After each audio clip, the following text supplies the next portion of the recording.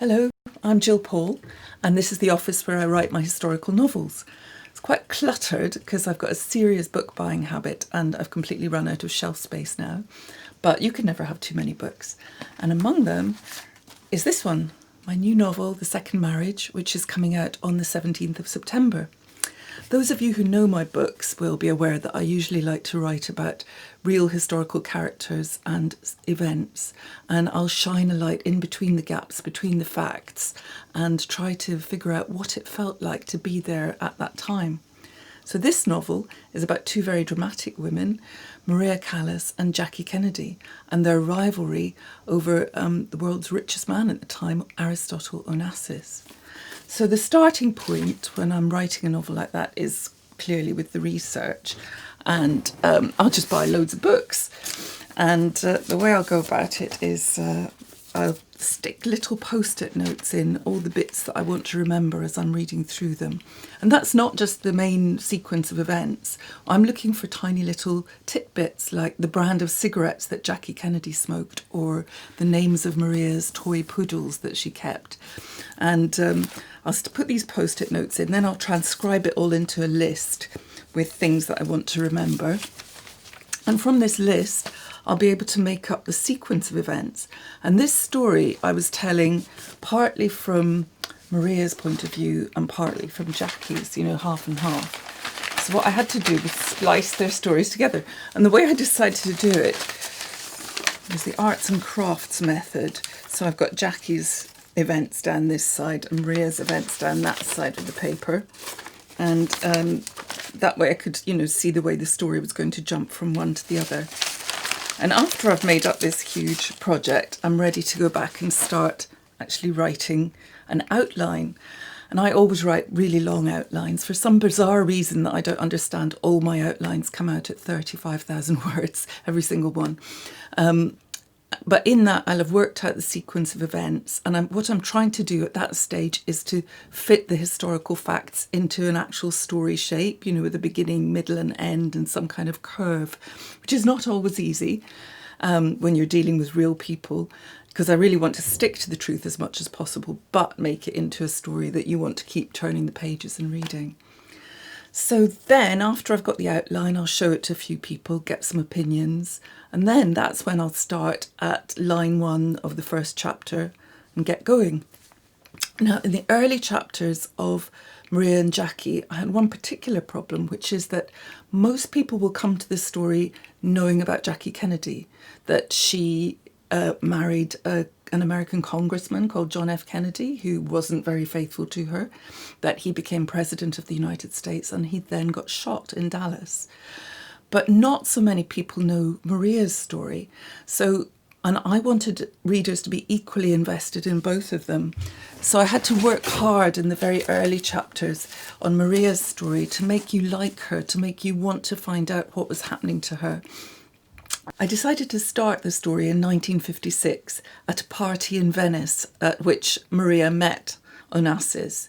And at the time she was in an unhappy marriage. She had a lot of legal troubles with opera houses, but she'd also reached the height of her career as a first soprano. I mean, she was by far the best in the world. But she was at the stage where the press had started to knock her, to call her a diva and difficult and a tigress and a prima donna, all that stuff. So it was important to me that you like Maria from the early chapters, so I got lots of readers to look at them and I wrote and rewrote them several times just to try and get a balance between her stories and Jackie's at that beginning point of the novel. So these are my two leading ladies. After that, another important character was Jackie's sister Lee. She's the one on the right here.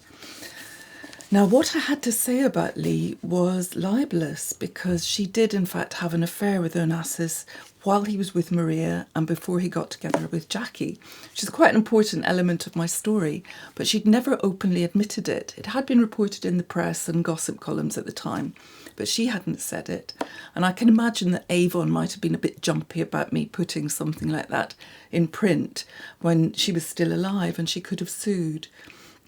But in February 2019, last year, after I'd started writing, Lee died, which was sad in some ways because she was an incredible character of her era, you know, who hung out with the Rolling Stones and Andy Warhol's factory, and fascinating character in her own right. But for me, it was kind of a relief as well, because it meant I could write the story I wanted to write without having to cut loads of it because of the lawyers.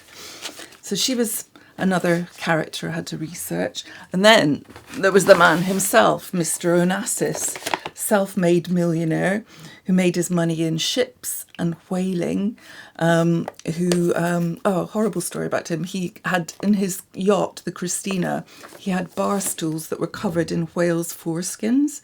And when women sat on them, he said to them, "Do you realise you're sitting on the largest penis in the world?" Not even funny in anybody's book. But he was a man who thought he could buy any woman he wanted in the world and treat them however he wanted. But having read a lot about him, I had sympathy for him, particularly with what happens to him in my story.